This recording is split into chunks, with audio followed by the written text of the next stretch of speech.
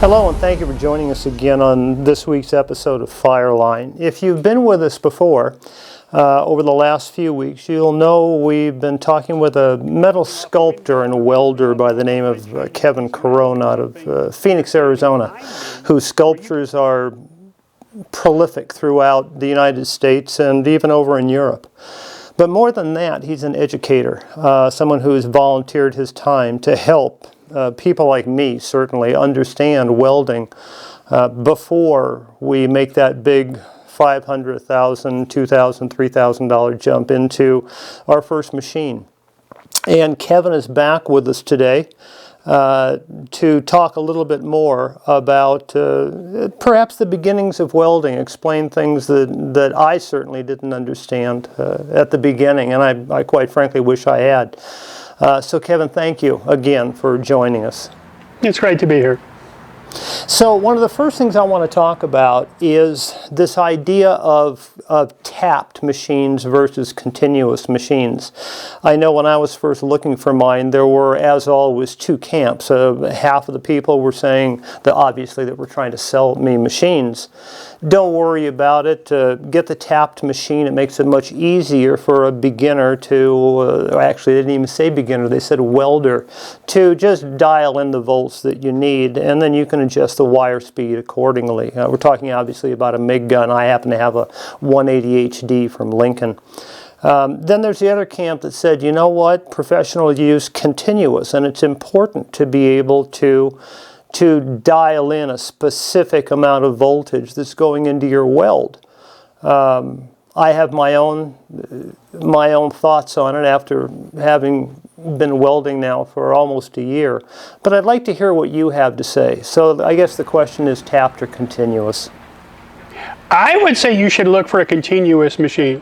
Look for one that is, infinitely variable rather than A, B, or C. You want to be able to run from, 0 volts, 0 amps to whatever the max of the machine is. It makes it that much more dial-inable, if you will, that much more user-friendly.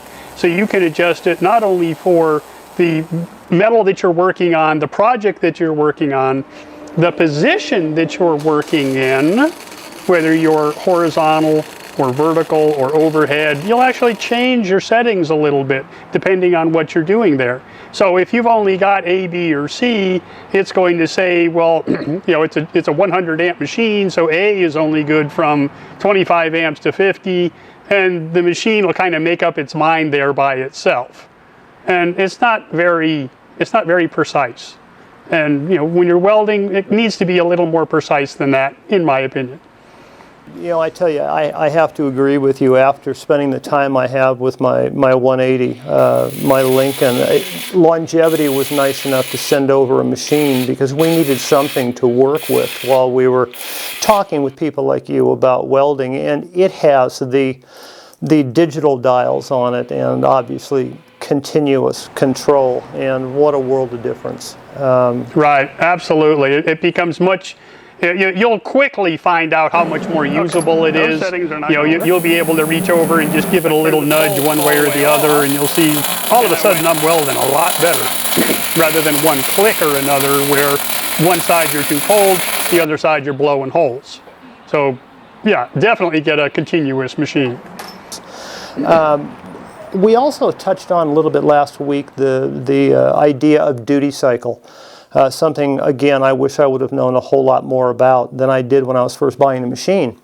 Again, we're split into two camps. Half of the people out there, the people who are selling low-duty machines, tell me that, or told me that, and continue to, that a low-duty cycle is not a big deal, that you don't spend really that much time pulling the trigger.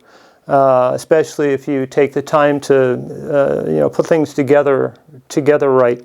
The other camp says, a big duty cycle is a big deal.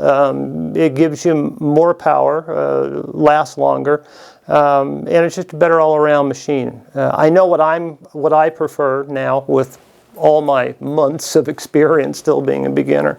But I'm anxious to hear what you have to say. What is duty cycle? Well, duty cycle is simply the time that you can weld with this machine at full amperage, whether it's MIG or TIG or stick, duty cycle, let's say a 10-minute time span. If your machine only has a 25% duty cycle, that means at full amperage, you can only weld for 2.5 minutes. And then you have to give the machine the rest of the time to cool back off again before it will even allow you to weld. It will literally shut itself off because hey, it's hot in here, I gotta cool off a minute. I've got a couple of 60% duty cycles here that I have never hit the limit on those.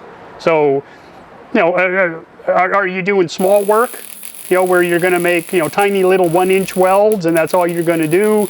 Are you doing medium-sized work like me, where I may make 3, 4, 5 inches worth of weld at one time?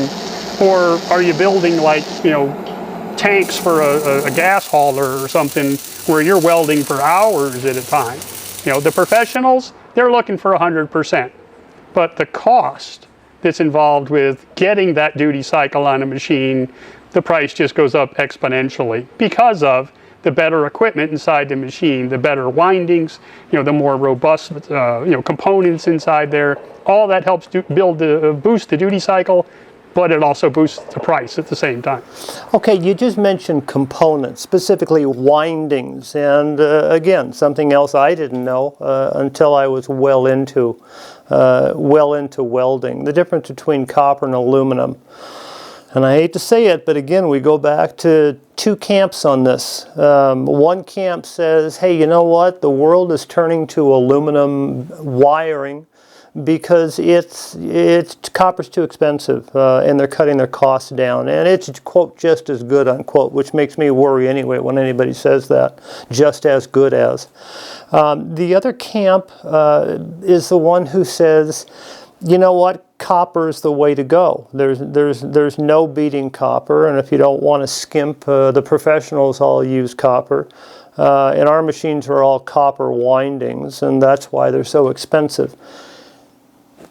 Question becomes, when it comes to windings, which again are the heartbeat, the core of any machine, copper or aluminum?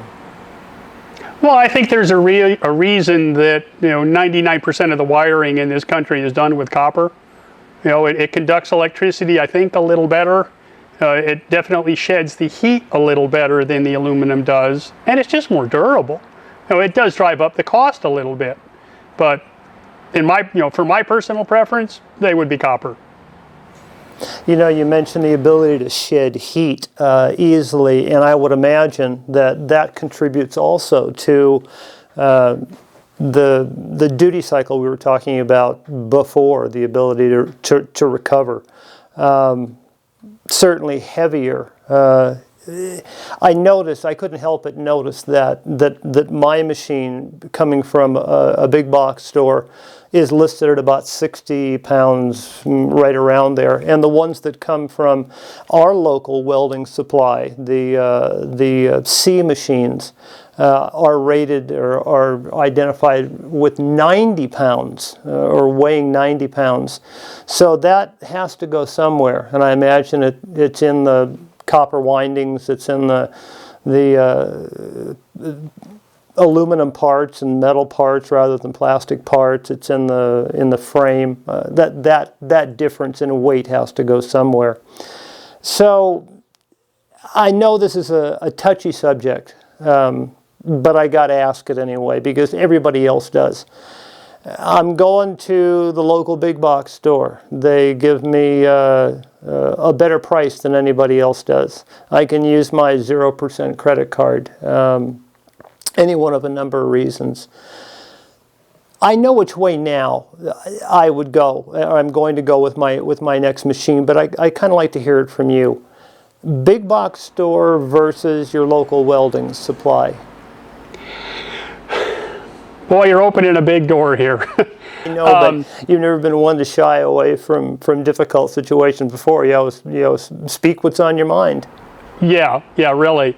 The big box stores, if I need like a small package of welding rod, if I need to like replace the lens in my helmet, something like that, I'll run up the street to the big orange box up there and get the parts that I need.